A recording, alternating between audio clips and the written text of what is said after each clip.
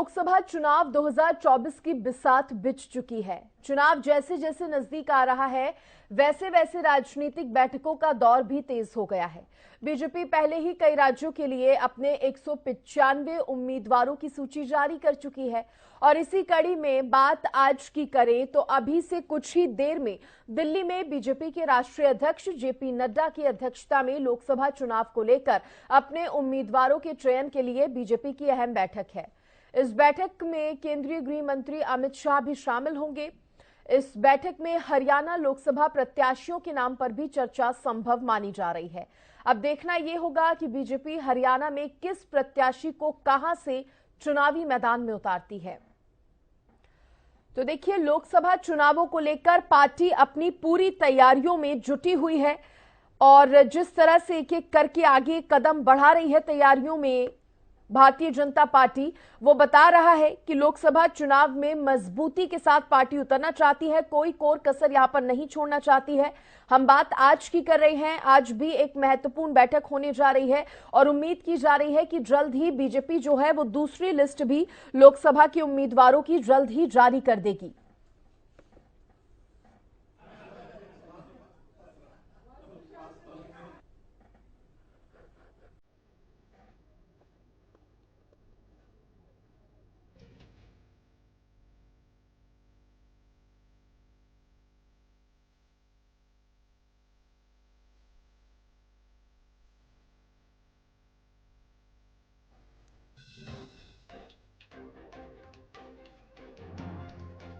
देखिए, इसी पर ज्यादा बातचीत करने के लिए मेरे साथ खास मेहमान जुड़ गए हैं।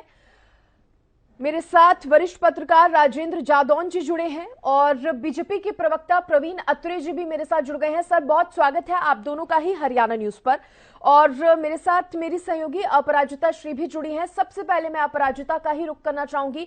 अपराजिता, कितनी देर में ये बैठक शुरू होगी?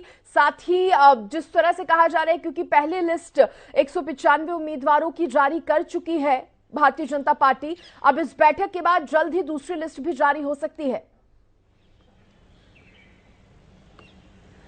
जी बिल्कुल सृष्टि, देखिए आज दो अहम बैठक है, जैसे आप बता रही थी कि दो अहम बैठक है। एक कोर कमेटी की बैठक है जो भाजपा कार्यालय में की जाएगी और जो दूसरी बैठक है यानी छोटी टोली की, मतलब हरियाणा प्रदेश के स्तर पर जो दूसरी बैठक होगी वो कुछ ही देर में शुरू हो सकती है। क्योंकि देखिए, हरियाणा भवन में मुख्यमंत्री मनोहर लाल पहुंच चुके हैं, साथ ही भाजपा प्रदेश के जो अध्यक्ष हैं, हरियाणा के जो अध्यक्ष हैं नायाब सिंह सैनी, वो पहुंच चुके हैं। साथ ही कुछ लोग और का इंतजार किया जा रहा है, यानी जो बनवारी लाल है वो भी पहुंच चुके हैं, तो कुछ और लोगों का इंतजार किया जा रहा है। फिर जो बैठक है वो शुरू की जाएगी। अब देखिए, जो कोर कमेटी की बैठक होगी उसको जो अध्यक्षता है वो जेपी नड्डा करेंगे, साथ ही गृह मंत्री अमित शाह मौजूद रहेंगे। तो उनके सामने जब नाम प्रस्तुत किया जाएगा उससे पहले जो राज्य के स्तर पर जो प्रिपरेशन है वो किया जा रहा है, होमवर्क किया जा रहा है कि किस नामों को आगे किया जाए। क्योंकि देखिए सृष्टि, 29 तारीख को जो बैठक हुई थी, हरियाणा प्रदेश चुनाव कमेटी की जब बैठक हुई थी, तो उसमें पैनल बनाए गए थे। हर पैनल में करीब 3 से 4 नामों को डाला गया था।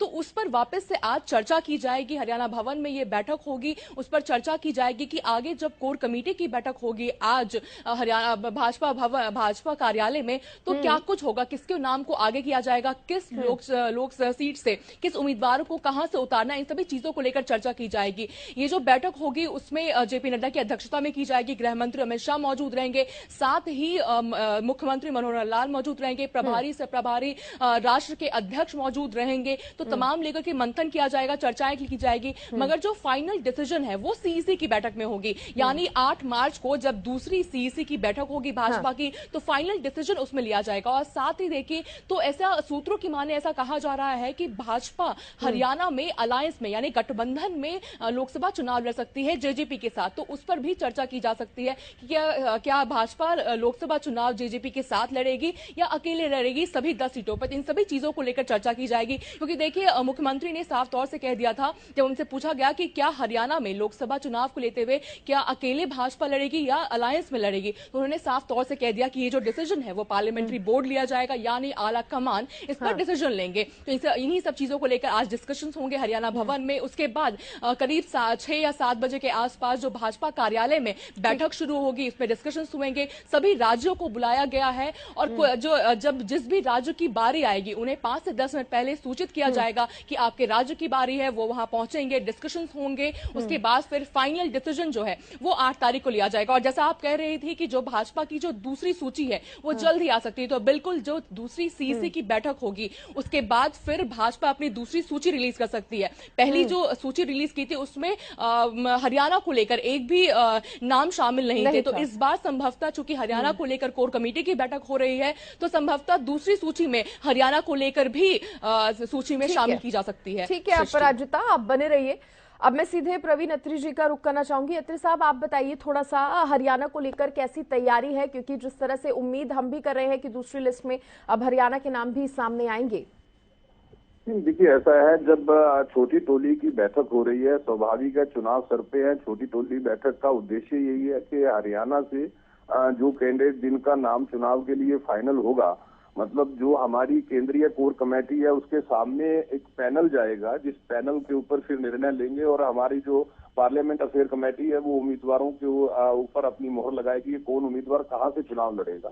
और ये सारा प्रोसेस इसीलिए हो रहा है क्योंकि चुनाव को अगर देखें और भारतीय जनता पार्टी की कार्यप्रणाली को आप भी जानते हैं, जिस तरह से 195 उम्मीदवारों की पहली सूची भारतीय जनता पार्टी ने जारी की। हालांकि अभी अगर हम अपने विपक्षी दलों की बात करें तो विपक्षी दलों की स्थिति आप देख ही रहे हैं किस तरह की। विशेष तौर पर मैं हरियाणा का जिक्र कर रहा हूँ। आज कैप्टन अजय यादव ने जिस तरह के बयान अपने पार्टी प्रभारी के लिए दिए हैं, पार्टी की कार्यप्रणाली के लिए दिए हैं, तो उन सब चीजों को अगर आप तुलनात्मक अध्ययन करेंगे तो पाएंगे कि भारतीय जनता पार्टी चुनाव में पहली एज लिए हुए है। उम्मीदवारों के चयन की प्रक्रिया हो, चुनाव की तैयारियों की प्रक्रिया हो, तो उन सब चीजों को अगर हम देखते हैं तो हम इस बात के लिए जो माननीय मोदी जी ने कहा कि एनडीए 400 पार और भारतीय जनता पार्टी 370 पार और हरियाणा में 10 की 10 लोकसभा सीटें भारतीय जनता पार्टी जीतेगी, ये चीजें हमें नजर आनी शुरू हो गई हैं अगर हम अपने विरोधियों को देखते हैं और भारतीय जनता पार्टी की तैयारियों को देखते हैं। बिल्कुल अत्री साहब, आपकी तैयारियों पर कोई शक नहीं है और इसलिए हम खुद भी कह रहे हैं कि भारतीय जनता पार्टी जो है तैयारियों में 1 से 2 कदम बल्कि 3 से 4 कदम आगे ही चल रही है। ठीक है, मैं राजेंद्र जादौन जी को भी चर्चा में जोड़ लेती हूँ। सर, आपसे मैं जानकारी लेना चाहूंगी क्योंकि देखिए पहले लिस्ट जब जारी हुई 195 उम्मीदवारों के नाम जो थे वो सामने आए हैं। दूसरी लिस्ट को लेकर कैसी उम्मीदें हैं, क्या क्या उम्मीदें हैं, क्योंकि पहले लिस्ट पर अगर हम गौर करें तो कुछ का टिकट कटा भी है, कुछ नए चेहरों को टिकट मिला भी है। देखिए, ऐसा है कि अब भारतीय जनता पार्टी सेंट्रल में अपने तीसरे टर्म की सरकार बनाने की तैयारी में है, तो उस अपने बड़े उद्देश्य को पूरा करने के लिए जो प्रत्याशियों के चयन की प्रक्रिया है उसके लिए वो कई स्तरों से गुजरकर प्रत्याशी चयन करना चाहते हैं ताकि जो टारगेटेड गोल है, जो जितनी सफलता पार्टी चाहती है वो उसको हासिल हो और उसमें कहीं कोई कमी न रह जाए। तो प्रत्याशी का चयन भी बहुत महत्वपूर्ण होता है कि पार्टी की अपनी छवि, पार्टी के काम करने का तरीका, शासन चलाने का तरीका, जनता के लिए क्या उसमें डिलीवरी की, उसके साथ साथ प्रत्याशी की छवि भी उसमें इंक्लूड होती है कि प्रत्याशी उन्होंने कैसा खड़ा किया है और लोगों की पसंद में है या नहीं है। तो मुझे लगता है कि बहुत सारे समीकरण जो राजनीति से जुड़े होते हैं, जिसमें जाति समीकरण भी आते हैं, प्रत्याशी की छवि भी आती है और संभावित प्रत्याशी, संभावित राजनीतिक दल की ओर से प्रतिद्वंदी कौन आने वाला है, उन सबको ध्यान में रखते हुए प्रत्याशी का चयन किया जाता है। तो मुझे लग रहा है कि वही सब प्रक्रिया चल रही है।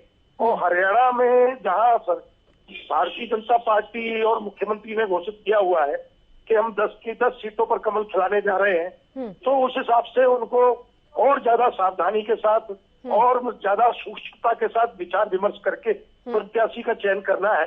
तो मुझे लगता है कि प्रक्रिया जो है उसके तहत ये आगे बढ़ रही है और उम्मीद है कि अब हरियाणा के लिए भी जो है जो अगली सेकंड लिस्ट आनी चाहिए उसमें हरियाणा के प्रत्याशियों का भी ऐलान किया जा सकता है, क्योंकि अब बहुत करीब पहुंच चुके हैं। अब ये जो प्रदेश के जो पैनल थे और पार्टी की तरफ से जो आंतरिक सर्वेक्षण करवाए गए उनसे तालमेल के साथ जो प्रत्याशी का अंतिम रूप दिए जाएंगे उनको फिर जो है केंद्रीय चुनाव समिति फाइनल करेगी। तो मुझे लगता है कि सेकंड लिस्ट में हरियाणा के प्रत्याशियों का भारतीय जनता पार्टी द्वारा ऐलान किया जा सकता है। बिल्कुल अत्रे साहब, देखिए क्योंकि यहाँ पर जादौन जी ने छवि का भी जिक्र किया, पार्टी हर अपनी छवि को भी ध्यान में रखकर प्रत्याशी जो है, उम्मीदवार जो है, उनके नामों का ऐलान कर दिया। तमाम जो कहा जा सकता है हर चीज पर विचार किया जाता है, उसके बाद ही उम्मीदवारों के नाम सामने आते हैं। अगर हम पहले लिस्ट को टटोले या उसके हिसाब से अगर मैं आपसे सवाल करना चाहूं तो हमने देखा था कि कुछ विवादित नेताओं थे, या यूं कहें कुछ नेता जिन्होंने विवादित बयान दिए थे, उनके टिकट कटे हैं। जैसे साध्वी प्रज्ञा ठाकुर का उसमें नाम है, रमेश भिधुड़ी, या फिर मैं प्रवेश वर्मा जी के नाम की ही क्यों ना जिक्र करूं। तो पार्टी इन तमाम बातों को भी ध्यान में रखकर कहा जा सकता है कि उम्मीदवारों के नाम सामने रख रही है। देखिए ऐसा है, जहाँ तक उम्मीदवारों के चयन की बात है, पार्टी सभी पक्षों का ध्यान रखती है। चाहे छवि की बात करें, उम्मीदवार का पार्टी के प्रति समर्पण, पार्टी की रीति नीति के अंदर उम्मीदवार की विश्वास, लेकिन सबसे बड़ी चीज जो रहती है वो है विनेबिलिटी, जीतने की क्षमता, उम्मीदवार जिताऊ, ये बड़ा महत्वपूर्ण रहता है। लेकिन जहां तक पहली लिस्ट की आप बात करें, आपने पहली लिस्ट में कुछ नामों का जिक्र किया जिनको टिकट नहीं मिला। देखिए भारतीय जनता पार्टी के अंदर हर कार्यकर्ता का क्या काम होगा, क्या जिम्मेवारी होगी, ये पार्टी नेतृत्व तय करता है। पार्टी नेतृत्व ने हर कार्यकर्ता की जिम्मेवारी को तय किया हुआ है कि कौन कार्यकर्ता चुनाव लड़ेगा, कौन कार्यकर्ता चुनाव प्रबंधन में रहेगा, कौन कार्यकर्ता बैकएंड पे काम करेगा। सबके काम पार्टी नेतृत्व निश्चित करके रखता है और कार्यकर्ता की क्षमता के अनुसार ही उसको वो काम दिया जाता है। क्योंकि जैसे हरियाणा में 10 लोकसभा सीटों पे चुनाव होने हैं, तो स्वाभाविक है कि 10 लोग ही चुनाव लड़ेंगे। लेकिन जो पार्टी के लाखों कार्यकर्ता हैं, उनको भी उनकी क्षमता के अनुसार काम दिया जाता है और सबके काम का आवंटन नेतृत्व तय करता है। जिस तरह से जो लोग मीडिया के अंदर है, उनको मीडिया से संबंधित काम दिए जाते हैं कि आप चुनाव के अंदर मीडिया से संबंधित कार्य करेंगे, पार्टी के प्रचार प्रसार को देखेंगे, पार्टी की बात मीडिया में सही तरह से जाए उस विषय को देखेंगे।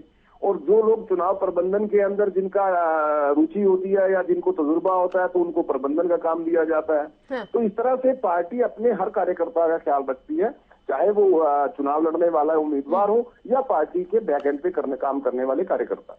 ठीक है सर, गठबंधन को लेकर भी मैं आपसे सवाल करूंगी, लेकिन मैं अभी अपराजिता का रुख करना चाहूंगी। अपराजिता, आप ये बताइए कि अब हरियाणा के लिहाज से अगर देखा जाए, हरियाणा की अगर बात की जाए, तो कौन कौन से वो नाम है जो सामने आ रहे हैं कि लिस्ट में हो सकते हैं? देखिए बिल्कुल सृष्टि, 29 फरवरी को जब बैठक हुई थी, हरियाणा चुनाव समिति की बैठक हुई थी, तो सूत्रों के हवाले से कई नाम सामने आए थे। जैसे सोनीपत से कई नाम आए थे, फिर बहुत सारे नाम आए थे, चर्चा में वो सभी नाम थे जिनको पैनल में शामिल किया गया था। हालांकि उन पर जो फैसला है वो आला कमान लेगी, मगर सूत्रों के हवाले से सोनीपत से रमेश कौशिक, मोहनलाल भरौली और योगेश्वर दत्त का नाम सामने आया था। सिरसा से मौजूदा सांसद सुनीता दुग्गल और अशोक तनवार का नाम सामने आया था।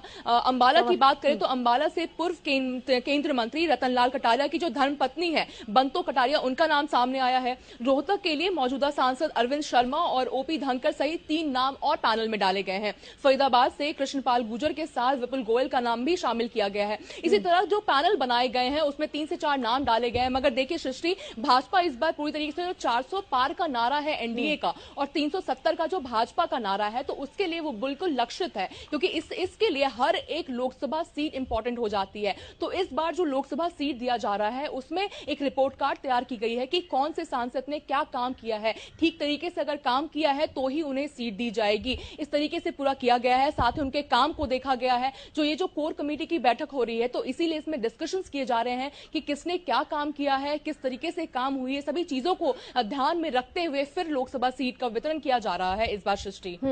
ठीक है, मैं जादौन साहब आपका रुख करना चाहूंगी। आप तो हरियाणा की राजनीति को बेहतर समझते हैं, बेहतर बता भी पाएंगे, क्योंकि रिजल्ट जो है वो पहले वाला ही दोहराना है। 10 की 10 सीटें चाहिए हरियाणा में भी भारतीय जनता पार्टी को।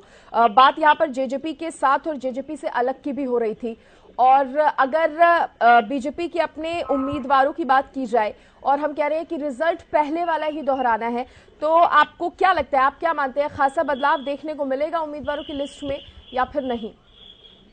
नहीं, मुझे ऐसा लगता है कि ये जो जिस तरह का उनको 2019 का जो रिजल्ट है लोकसभा चुनाव का, सभी सीटों पर जीत का जो इतिहास दोहराने की जो तैयारी है, तो मुझे लगता है कि भारतीय जनता पार्टी उस हिसाब से उम्मीदवारों में कुछ परिवर्तन भी कर सकती है। ये जरूरी नहीं कि वो सभी को जो है मौका मिल जाए, क्योंकि वो जो आंतरिक सर्वे रिपोर्ट क्या कहती है, किसकी क्या स्थिति है, अंदरूनी सर्वे के आधार पर ही फैसला होगा। वैसे तो ठीक है कि प्रदेश चुनाव समिति ने अपने पैनल बनाकर भेज दिए, उसमें 2-3 नाम है, किसी में बताते हैं कि एक सिंगल नाम ही है। तो जैसे कुरुक्षेत्र से बताया था कि नायक सैनी जी का जो है सिंगल नाम भेजा गया, वो कुछ इस तरह की पर चर्चाएं हैं। ये तो चर्चाओं का जो है एक आधिकारिक पुष्टि होना बहुत जरूरी होती है। पर मैं समझता हूँ कि किसी के नाम के लिए हम नहीं कहना चाहते कि कौन रहने वाला है और कौन आने वाला है, लेकिन मुझे लगता है कि इस समय जो प्रक्रिया चल रही है और जो मंथन के बारे में जानकारियां मिलती है, तो नेतृत्व इस समय बहुत अलर्ट है और वो ये चाहता है कि कहीं भी अगर कोई संदेह है किसी कैंडिडेट की जीत को लेकर तो उसको बदल दिया जाए। किस पॉलिसी पर जो है तो वो काम कर रहे हैं, तो मुझे लगता है कि कुछ बदलाव हो सकता है। सब 10 के 10 जो है पिछली बार के प्रत्याशी ही चुनाव में फिर खड़े किए जाए ऐसा जरूरी नहीं है, कुछ परिवर्तन हो सकता है, तो ऐसी संभावना है। अत्री साहब, थोड़ा सा आप भी अगर इस पर बता दें, परिवर्तन संभव है? आपको तो जानकारी होगी थोड़ी बहुत। मैं इस वक्त इस विषय पे मेरा कुछ बोलना वो ठीक नहीं रहेगा, लेकिन देखिए मैं एक बात जो मैंने पहले भी कही है उसको दोहराता हूँ। जो उम्मीदवार पहले चुनाव लड़के लोकसभा सदस्य बना, पार्टी नेतृत्व ये तय करता है कि किस कार्यकर्ता को अब किस भूमिका में काम करना है। आप जिसको टिकट कटना कह रहे हैं, हम उसको भूमिका परिवर्तन कहते हैं। नेतृत्व ने ये तय किया कि ये व्यक्ति अब इसकी भूमिका में बदलाव होगा, ये व्यक्ति अब पीछे बैक एंड पे काम करेगा, प्रचार का काम संभालेगा या क्या काम संभालेगा, वो पार्टी नेतृत्व तय करता है। जिस तरह से चुनाव लड़ने के इच्छुक जो है लोग, वो तो बहुत बड़ी संख्या में थे, लेकिन प्रदेश के अंदर प्रदेश कमेटी ने एक मंथन करके 3-3, 4-4 लोगों का एक पैनल तैयार किया जो जाएगा केंद्रीय कमेटी के पास, और केंद्रीय committee first among the best चुनेगी। कि देखिए जिनका नाम प्रदेश कमेटी ने भेजा है तो स्वाभाविक है वो बेस्ट है, लेकिन फर्स्ट उनमें से कौन होगा, कौन चुनाव लड़ेगा, ये केंद्रीय कमेटी तय करती है। और इसको आप इस तरह से देखें कि पार्टी ने व्यक्ति की भूमिका में बदलाव किया है, टिकट नहीं काटी, भूमिका में बदलाव किया। हम इस तरह से इस चीज को देखते हैं। ठीक है, इंडी गठबंधन को किस तरह से देख रहे हैं? मैं सिर्फ हरियाणा की बात नहीं कर रही, पूरे नेशनल लेवल पर आपसे मैं पूछ रही हूँ। देखिए इंडी गठबंधन तो रहा ही नहीं, आप देख रहे हैं। जैसे जैसे राहुल गांधी जी ने जो अपनी यात्रा शुरू की थी, जैसे जैसे यात्रा बढ़ती जा रही है, कांग्रेस के लोग कांग्रेस को छोड़ते जा रहे हैं, ये हम लगातार देख रहे हैं। राष्ट्रीय स्तर पे कांग्रेस के जो बड़े नेता हैं उन्होंने पार्टी को किस तरह से छोड़ा, और जो उन्होंने वक्तव्य देके छोड़ा वो भी विचार करने वाला विषय है। अशोक चव्हाण जी की बात करें, आपने देखा कि प्रदेश के मुख्यमंत्री रह चुके हैं, उनके पिता मुख्यमंत्री रह चुके हैं, उसके बावजूद कांग्रेस पार्टी के शीर्ष नेतृत्व की कार्यप्रणाली पे सवाल खड़ा करके अगर उनको पार्टी छोड़ना पड़ रहा है, तो हम समझ सकते हैं कि इंडी गठबंधन, अब जिस तरह से नीतीश जी जो है उन्होंने गठबंधन से किनारा किया, जिस तरह से ममता बनर्जी ने स्पष्ट कर दिया कि गठबंधन में चुनाव नहीं लड़ रही है, तो इंडी गठबंधन अब बचा ही नहीं है। ये तो आप मान के चले कि जो लोग अपने राजनीतिक अस्तित्व को बचाने के प्रयास में लगे हुए हैं, उन लोगों की ये आखिरी कोशिश है कि किसी तरह से उनका अस्तित्व बच जाए। और मुझे नहीं लगता कि 2024 के चुनाव के बाद ये राजनीतिक अस्तित्व इन लोगों का बचा रहेगा। और विशेष तौर पे कांग्रेस की बात करूंगा, 2024 के बाद मुझे लगता नहीं हरियाणा में कांग्रेस पार्टी बचेगी। जादौन साहब, आप कितना अग्री करते हैं अत्री साहब की इस बात से? और साथ ही कांग्रेस पर थोड़ा सा बताइए कि क्योंकि कांग्रेस ने अभी अपनी पहली लिस्ट भी नहीं जारी की है, हालांकि अब बैठक होने वाली है जल्दी, उम्मीद हो रही है कि लिस्ट जारी कर देगी कांग्रेस। नहीं, देखिए कांग्रेस में क्या है कि वो अपनी आंतरिक कमजोरियों से ही जो है एक तरह से उसकी स्थिति कमजोर हो रही है। बाहर से भारतीय जनता पार्टी मुकाबले में खड़ी है वो तो एक अलग बात है, लेकिन कांग्रेस में अंदरूनी जो है कलह और उनमें जो एक तरह से आत्मविश्वास की जो कमी आई है, और जो नीतिगत जो उनको आज के राजनीति के बदलते परिदृश्य में जो नीतियां अपनानी चाहिए वो फैसले सही नहीं हो पा रहे, तो उनके पास मुझे लगता है कि विचारशीलता की कमी है। और बदलते हुए परिवेश पर जो कुछ उनको ग्रहण करना चाहिए वो एक बड़ी कमी है कि वो ग्रहण नहीं कर पा रहे कि बदलते हुए परिदृश्य में कांग्रेस की रीति नीति क्या हो, पॉलिसीज क्या हो। कांग्रेस तो आज भी उसी पॉलिसी पर कायम है जो आजादी के बाद उसने जो पॉलिसी शुरू की थी ना, वो उन्हीं पॉलिसीज पर कायम है। और मुझे लगता है कि वो इतनी ओल्ड परिवेश की नीतियां हो चुकी है जो आज के समय उनको सफलता नहीं दिला सकती। और उनके नेता सब वही एक रिटोरिक, उनकी जो रटंत है वो यही बनी हुई है कि हमारी तो विचारधारा की लड़ाई है। तो विचारधारा आपकी सफल हो नहीं रही, तो फिर विचारधारा को आप ठीक कीजिए, कुछ उसमें बदलाव कीजिए, लेकिन वो तो करने को तैयार है नहीं। और आंतरिक कलह बहुत जबरदस्त है, गुटबाजी हावी है। तो ये जो कांग्रेस में इन सब कारणों से जो आत्मविश्वास की कमी आई है और उसके चलते वो इंडिया गठबंधन में चले गए, तो वहां भी कई तरह के आपके साथ मिलकर कुछ कमाल कर पाएगी क्या आम आदमी पार्टी के साथ? नहीं, वो मुझे लगता नहीं कि बहुत ज्यादा कर पाएगी, लेकिन ये हो सकता है कि कुछ सीटें बढ़ा ले। इंडिया गठबंधन इंडिया गठबंधन में जो तालमेल हो रहा है और जो वोट ट्रांसफर करने की जो पॉलिसी बनेगी, हो सकता है कि कांग्रेस की कुछ सीट बढ़ जाए, लेकिन मुझे नहीं लगता कि बहुत बड़ा जो है परिवर्तन होने वाला है या कांग्रेस पावर में लौट रही है। ऐसी स्थिति बड़ी मुश्किल है। 370 हो सकता है कि इंडिया गठबंधन मिलके कहीं कोई सत्ता के करीब पहुंच जाए, तो हो सकता है पहुंच जाए। एनडीए 400 पार, बीजेपी 370 पार, पीएम मोदी के बड़े दावे हैं ये जो सामने आए हैं जादौन साहब। नहीं, वो दावे तो उनको ये लगता है ना कि विपक्ष की स्थिति बहुत कमजोर है। हाँ। और हम कुछ करके दिखा रहे हैं, तो ये जब ये एक आत्मविश्वास पैदा होता है, तो मैं समझता हूँ कि दावे तो आत्मविश्वास से ही पैदा होते, नहीं तो फिर वो कहां से आएंगे। अगर पूरा ही सारा कैलकुलेटेड भी हो, माहौल दिखाई देता है और प्रत्याशी चयन और अपनी रीति नीति ठीक करके और अपना घोषणा पत्र सही करके, तो मुझे लगता है कि बीजेपी को ये कॉन्फिडेंस है कि हम ये टारगेट हासिल कर लेंगे। कोशिश अब पश्चिम बंगाल में भी है जादौन साहब। खुद पीएम मोदी जिस तरह से अब आप देख रहे हैं मेट्रो का भी उन्होंने उद्घाटन किया, इससे पहले संबोधित भी वो जनता को कर चुके हैं। तो बीजेपी ये समझ रही है ये फैक्टर्स की कहां पर वो थोड़ी वीक साबित हो सकती है, तो उस चीज को मजबूत करने में कोई कोर कसर नहीं छोड़ रही है। ये भी हमें बीजेपी की तैयारियों में मानने वाली बात होगी कि एक कदम आगे चल रही है। नहीं, पश्चिम बंगाल में तो बीजेपी ने मेहनत की और कुछ बढ़त भी ली है। हाँ। पिछले 2019 के लोकसभा चुनाव में उनकी सीटें बढ़ गई थी और मुझे लगता है कि अब इस बार के चुनाव में वो बढ़त और भी बढ़त ले सकते हैं, क्योंकि जिस तरह से काम चल रहा है और वहाँ मुद्दों पर जिस तरह से काम किया जा रहा है, तो हो सकता है कि कुछ बढ़त मिले। तो ये है कि वहाँ जिस तरह से ममता बनर्जी के अपोजिट जो उन्होंने मुद्दे उठाए हैं और जिस तरह का मूवमेंट चल रहा है, मुझे लगता है कि कुछ ना कुछ बढ़त बीजेपी को मिल सकती है। ठीक है, अपराजिता आपसे आखिरी सवाल मेरा रहेगा। आपने आज की बैठक को लेकर जानकारी दी है और जिस तरह से नाम आपने यहाँ पर गिनाए हैं, मैं आपसे एक बात ये भी जानना चाहूंगी कि पिछले 195 जब हमने नामों का जिक्र किया तो हमने ऐसा देखा था कि जो विवादित नेता थे या जिनके बयान थोड़े विवादित थे उनके जरूर यहाँ पर टिकट कटे हैं और कहा जा रहा है कि अब जो नजर है वो बृजभूषण शरण पर रहने वाली है, वरुण गांधी और मेनका गांधी पर रहने वाली है, क्योंकि कथित तौर पर मेनका गांधी और वरुण गांधी जो थे वो पार्टी से नाराज भी चल रहे थे। तो इन नामों पर भी फोकस रहने वाला है कि टिकट मिलती है या फिर नहीं?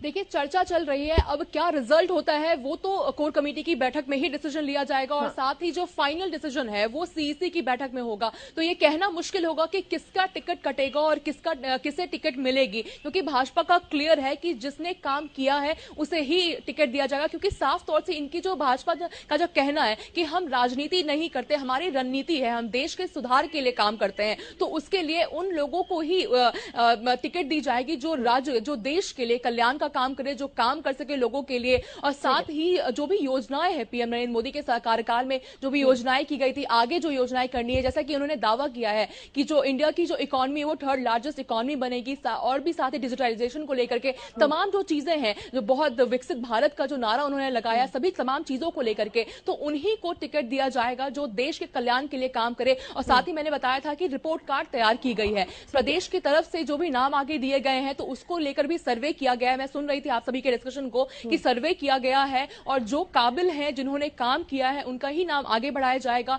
ये प्रदेश की तरफ से भी, और जब प्रदेश की तरफ से जब आगे कोर कमेटी की बैठक होती है तो उसमें भी मंत्रणा होती है, डिस्कशंस होती है कि किसने क्या काम किए हैं, उसके बाद वहां पर डिसीजन लिए जाते हैं और फिर फाइनली जब प्रधानमंत्री नरेंद्र मोदी की अध्यक्षता में जब सीईसी होती है, केंद्र चुनाव समिति की जब बैठक होती है, उसमें वापस से फिर डिस्कशन होते हैं, मंत्रणा होती है, डिसीजन लिए जाते हैं कि किसकी जो जितनी काबिलियत है, जिसने जो काम किए हैं, उसके माध्यम से फिर उन्हें लोकसभा का जो मैदान में उतारा जाएगा। बिल्कुल तैयारियां जारी है, कोई कमी पार्टी यहां पर नहीं छोड़ना चाहती है।